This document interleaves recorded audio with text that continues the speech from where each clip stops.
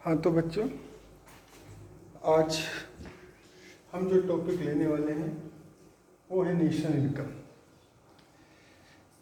National income के अंतर्गत ये बीए सेकेंड ईयर जो हमारा मैक्रो इकोनॉमिक्स है उसका टॉपिक का हम अध्ययन करेंगे।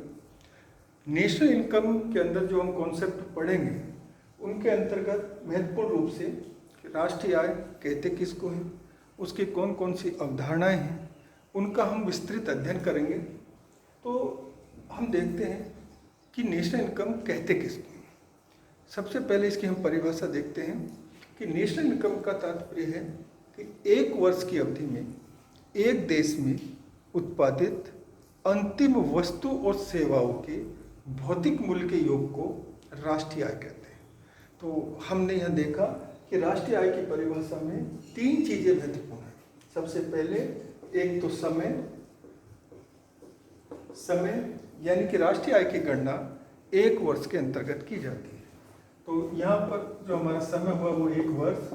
दूसरा महत्वपूर्ण जो चीज है वो हम इसमें देखते हैं कि एक निश्चित बाउंड्री, अर्थात उसका तात्पर्य है एक देश, यानी एक देश के अंतर्गत। और तीसरा जो महत्वपूर्ण फैक्टर है राष्ट्रीय आय की परिभाषा में हमने जो देखा वो है अंतिम वस्तु या सेवाएं। यानी राष्ट्रीय आय को अगर हम परिभाषित करें तो उसके अंतर्गत ये तीन जो शब्द हैं वो महत्वपूर्ण हैं। यानी कि एक देश में एक वर्ष की अवधि में उत्पादित अंतिम वस्तु और सेवाओं के मौद्रिक या भौतिक मूल्य के योग को राष्ट्रीय आय कहते हैं। इसके अंतर्गत अंतिम और वस्तु ही शामिल की जाती है, बीच की वस्तु शामिल नहीं की जाती, क्योंकि अगर हम बीच या मध्यवर्ती वस्तुओं को शामिल करेंगे तो उससे राष्ट्रीय आय की गणना में दोहरी गणना की समस्या उत्पन्न हो जाएगी। इसलिए हम कह सकते हैं कि अंतिम वस्तु या सेवाएं ही इसके अंतर्गत ली जाती हैं। एक निश्चित बाउंड्री यानी एक देश के संदर्भ में हम बात कर रहे हैं, और समय की जहाँ तक बात है वो एक वर्ष की अवधि। अब हम देखते हैं कि राष्ट्रीय आय के अंतर्गत जब हम इसका और विशेष रूप से आगे हम देखें कि केवल वो वस्तु और सेवा ही शामिल की जाती हैं जिनका मौद्रिक या भौतिक मूल्य होता है, अर्थात निःशुल्क वस्तु या सेवाएं राष्ट्रीय आय का भाग नहीं होती हैं। जिनका मौद्रिक या जिनकी हम कीमत चुकाते हैं वो वस्तु सेवा ही राष्ट्रीय आय में शामिल होती हैं। जैसे मान लीजिए कि चोरी या डकैती से मिली हुई इनकम या सट्टे से मिली इनकम, तो ये सब चीज़ें राष्ट्रीय आय का पार्ट नहीं है।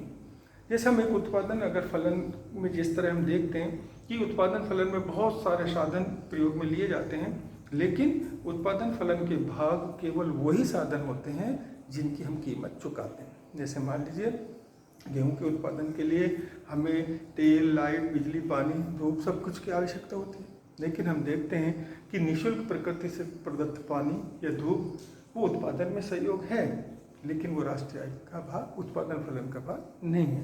तो हम यहाँ समझ पाए कि परिभाषा की दृष्टि से राष्ट्रीय आय कहते किसको है। तो हम वापस इसको रिपीट करना चाहेंगे कि एक वर्ष की अवधि में एक देश में उत्पादित वस्तु और सेवाओं के मौद्रिक या भौतिक मूल्य के योग को राष्ट्रीय आय कहते हैं। अब हम इसके आगे और डिटेल से देखना चाहें कि इसकी अवधारणाएं कौन कौन सी हैं। तो अवधारणा के हम इसको एक चार्ट द्वारा बड़ी आसानी से समझ सकते हैं। इन अवधारणाओं को समझने से पहले हम ये देखना चाहेंगे कि जितनी सारी अवधारणा हैं उनमें राष्ट्रीय आय की अवधारणा कौन सी है। तो हम डिटेल से अध्ययन करें, उसमें मैं बता दूं आपको कि NI यानी नेशनल इनकम बराबर होती है NNP फैक्टर कॉस्ट। यानी नेशनल इनकम की अगर हम बात कर रहे हैं तो सारी अवधारणाओं में जो NNP फैक्टर कॉस्ट है उसी को ही हम राष्ट्रीय आय की अवधारणा मानेंगे, क्योंकि एट फैक्टर कॉस्ट यानी कि जब हम राष्ट्रीय आय की गणना करते हैं तो उसके दो आधार होते हैं। एक होता है करंट आधार और एक होता है स्थिर आधार। तो जो स्थिर आधार वाला जो बेस ईयर है उसको हम फैक्टर कॉस्ट कहते हैं, और जो करंट ईयर वाला जो बेस ईयर है उसको हम मौद्रिक, उसको मार्केट प्राइस कहते हैं। तो इन अवधारणाओं को समझने के लिए हमें ये दोनों बेस की जानकारी होना आवश्यक है कि राष्ट्रीय आय की गणना दो आधारों पर की जाती है। एक करंट ईयर जिसको हम मार्केट प्राइस बोलते हैं, एक फैक्टर कॉस्ट जिसको हम स्थिर लागतों पर कहते हैं। हम अगले इनको डिटेल से अगली वीडियो में हम इनका और एक एक कॉन्सेप्ट लेंगे और उनका डिटेल से अध्ययन करेंगे। Thank you.